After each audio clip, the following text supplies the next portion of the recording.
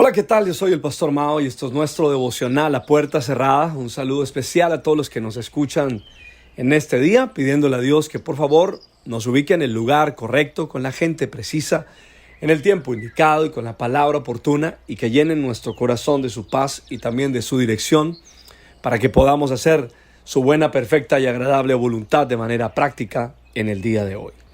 Esta mañana me levanté pensando en que existe libertad de restricciones externas cuando alguien nos dice lo que debemos hacer. Creo que todos hemos vivido ese momento. Y eso es estar libre para. Pero hay otro tipo de libertad y es la libertad de. Son dos libertades distintas, ¿no? La libertad de y la libertad para. Son opuestas a propósito. ¿De qué eres libre y para qué eres libre? Y debemos comprender que existe la libertad a fin de vivir la clase de vida para la cual fui creado. Y es la libertad que debo tener para llegar a ser la persona que quiero ser y que a propósito Dios quiere que seamos. En nuestras sociedades pues se restringen las libertades externas, por eso existen las reglas que encontramos en las naciones que a propósito en todas son diferentes, ¿no? Por eso Pablo dice en 1 Corintios 10:23, todo está permitido, pero no todo es provechoso. Todo está permitido, pero no todo es constructivo. Por ejemplo, en Colombia se creó la hora zanahoria, donde después de la 1 de la mañana ya no se podía beber. Y los chicos menores de 18 años no podían consumir licor. Pero resulta que frente a esa hora, entonces había gente que pues ya no bebían en las calles ni en las discotecas, sino que ahora se iban a beber a su casa y eran libres para hacerlo. Y el que estaba haciendo eso se sentía libre porque aunque había una restricción externa, estaba libre porque lo hacía en su casa. Lo que no se daba cuenta era que esa libertad o esa sensación de libertad comenzó a dañar su salud, su familia, sus relaciones, terminó perdiendo el semestre de la universidad y quedó esclavo.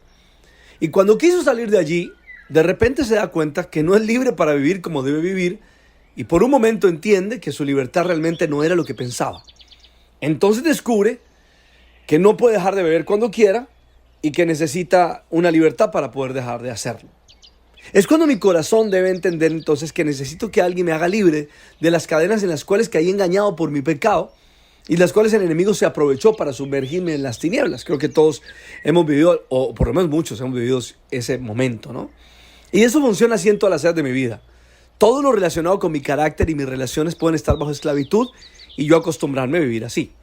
Además, luchando para ser libre y engañándome a mí mismo, ignorando que la libertad que necesito comienza en mi interior, porque la esclavitud externa es solo el reflejo de una esclavitud interna. Mateo capítulo 15, versos 19 al 21 me da claridad. Porque del corazón salen los malos pensamientos, los homicidios, los adulterios, la inmoralidad sexual, los robos, los falsos testimonios y las calumnias. Estas son las cosas que contaminan a la persona y no el comer sin lavarse las manos. ¿Qué está diciendo Jesús aquí? Bueno, que el problema del hombre, la atadura del hombre, la esclavitud del hombre no está fuera de él. No necesita vivir en un mundo libre. Eso es falso, no existe. Necesita ser libre en su corazón. Necesitamos una libertad interna en el pensamiento, libres en las emociones, libres en nuestros sentimientos, libres en nuestra voluntad. Y ahí está el detalle, mis queridos amigos. Ese es el lugar donde necesito una verdadera libertad. Necesito libertad en mi carácter, libertad en mi manera de ser. Necesito ser libre del orgullo, ser libre de la arrogancia, ser libre del mal genio, ser libre de los celos, ser libre de la baja autoestima. Y por eso es que aquí vale la pena reflexionar en lo que Pablo dice en Gálatas 5 sobre vivir la vida en el Espíritu. Él dijo: así que les digo, vivan por el Espíritu y no sigan los deseos de la naturaleza pecaminosa. Porque ésta desea lo que es contrario al Espíritu y el Espíritu desea lo que es contrario a ella. Las dos se oponen entre sí, de modo que ustedes no pueden hacer lo que quieren. Pero si los guía el Espíritu, no están bajo la ley. Las obras de la naturaleza pecaminosa se conocen bien: inmoralidad sexual, impureza y libertinaje, idolatría y brujería, odio, discordia, celos, arrebatos de ira, rivalidades, disensiones, sectarismos y envidias, borracheras, orgías y otras cosas parecidas. Les advierto ahora, como antes lo hice, que los que practican tales cosas no heredarán el reino de Dios. En cambio, el fruto del Espíritu es amor, alegría, paz, paciencia, amabilidad, bondad, fidelidad, humildad y dominio propio. No hay ley que condene estas cosas. Los que son de Cristo Jesús han crucificado la naturaleza pecaminosa con sus pasiones y deseos. Y si el Espíritu nos da vida, andemos guiados por el Espíritu. No dejemos que la verdad nos lleve a irritarnos y a envidiarnos, la vanidad nos lleva a irritarnos y a envidiarnos unos a otros. Ahora, toda esta operación sucede en nuestro mundo interior.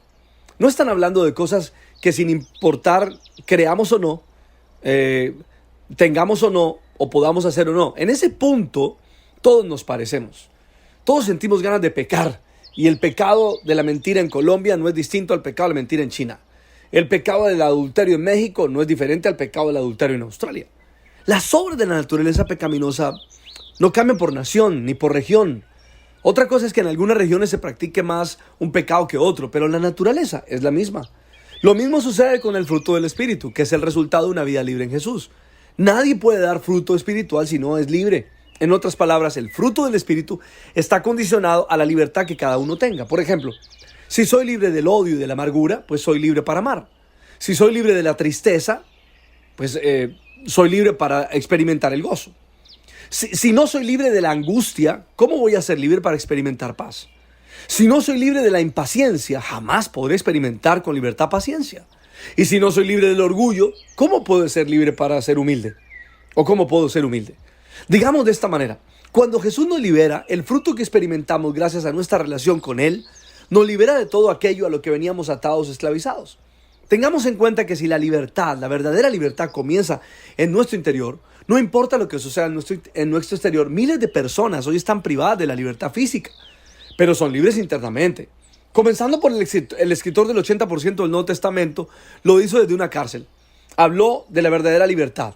El apóstol Juan estaba preso en la cárcel de Patmos, pero estaba libre espiritualmente y escribió Apocalipsis. Es aquí donde podemos ver personas que no tengan mucha libertad, pero si tienen libertad para hacer algo. Pablo no tenía libertad de salir, pero tuvo libertad para traer palabras de transformación a la iglesia. Y lo más importante, tuvo la libertad de transformarse en la persona que Dios quería que fuera. Mis amigos, esa es la verdadera libertad.